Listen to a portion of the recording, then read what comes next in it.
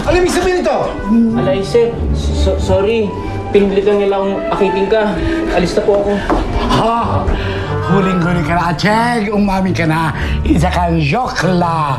Naku, yung laway mo, kitang-kita sa camera. Kung tumulo, parang waterfalls. Umami na ka na, kundi masasaktan ka, Acheng. Ah, ganun. Yes. Masasaktan ako. Yes, yes. Sabi ko yan! Ako! Masasaktan! Ete sa camera!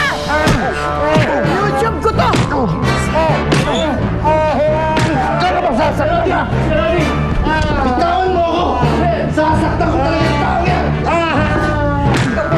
YouTube ko! Tama na! Tama na! Higilan mo! What? Sasaktan ko siya! Tama na, sir. Huwag mo akong pigilan! Sige! Kita mo pa na! Ano ba? Bitawan mo na ako! Sasaktan ko Alay, yan eh! tama na, sir.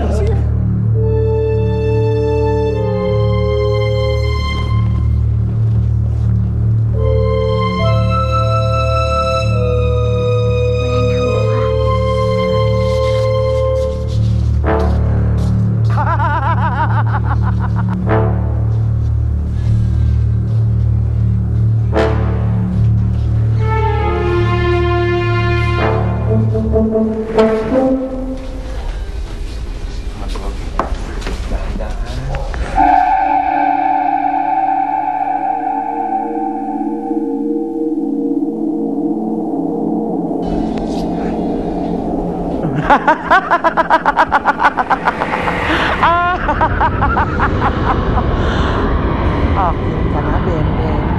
Akin. Napatunayan ko na ikaw na nga ang aking mahaderang heredera. Tuturuan pa kita kung paano maging isang Bruhilda. Di na ako mag-iisa. At pagtagal, hindi lang ikaw maging mahadera kung hindi. Bem Bem Bruhilda, har har har.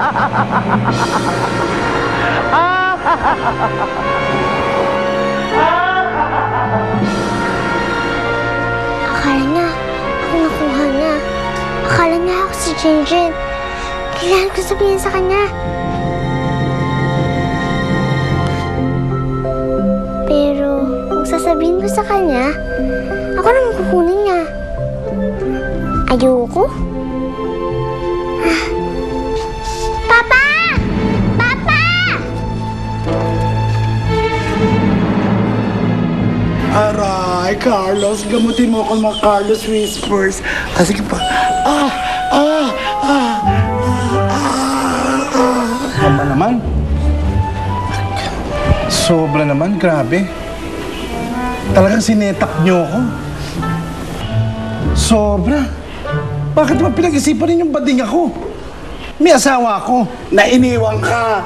May mga anak ako. Eh ano, may mga bakla naman dyan na may asawa at may anak. Tulad ni ano. Di ba? At saka si ano.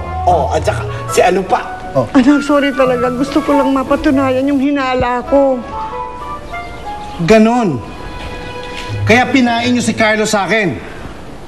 At ikaw naman, bro, galing mong sumayaw in fairness, ha? Alay. Salamat, Chong. Carlos Whispers. Sige na. Anak, please naman, huwag ka nang magalit. Bakit hindi? Paano kung nakita ng mga anak ko yung ginawa ni Carlos? At paano rin kung may narinig ang mga anak ko tungkol sa akin? Ano na lang iisipin nila? Papa! Si Jinjin! May kumuha kay Jinjin. Ha? Teka, May kumanda sa apo mo.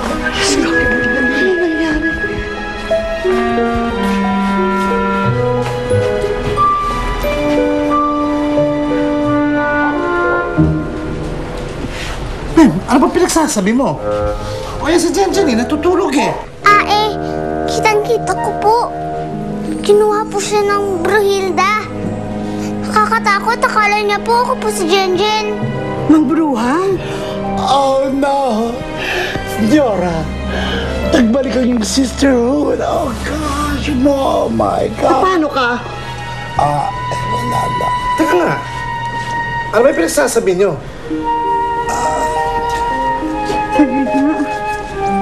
Jen? Jen, apo ko. Jen! Naku, Jen!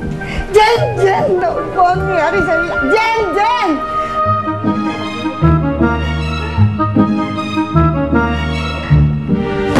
Gising! Ano ba? Ang galing.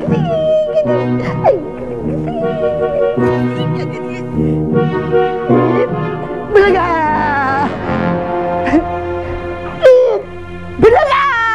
Ma, tama na. Pwede ba? Tama na. Bakit hindi kumigising ang anak ko? Ano ba nangyayari? Carlos, umanap ka ng sakyan. Dadalhin natin sa ospital si Jenjen. Yes, sir. Carlos, stop! Yes, ma'am. Wala nang magagawa ang mga doktor sa nangyari kay Jenjen. Binuksan na nila ang pulang pinto. Hindi nila ako sinunod sa aking mga mahigpit na pinag-uutos. Kaya, pareho silang dalawang munting mahadera. Teka muna. Ano bang pinagsasabi niyo? Meron ba kayong alam na hindi niyo sinasabi sa akin? Gusto mong malaman? Sumunod ka.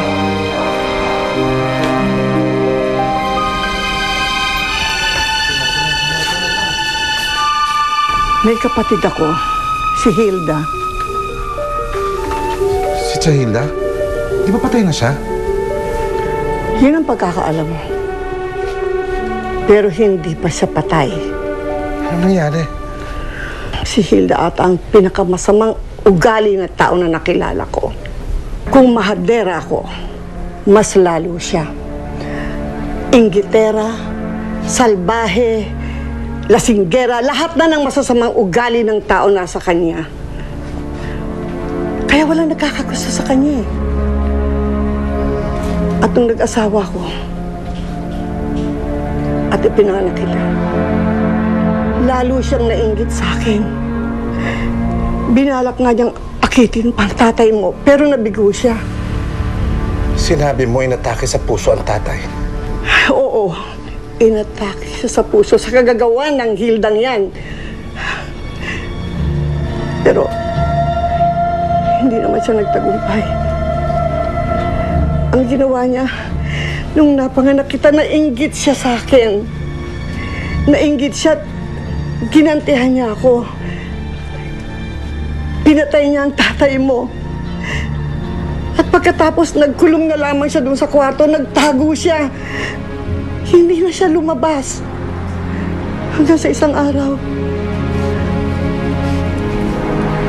binuksan ko ang pinto. Pero wala na siya. Napunta na siya sa mundo? Sa kabilang salamin?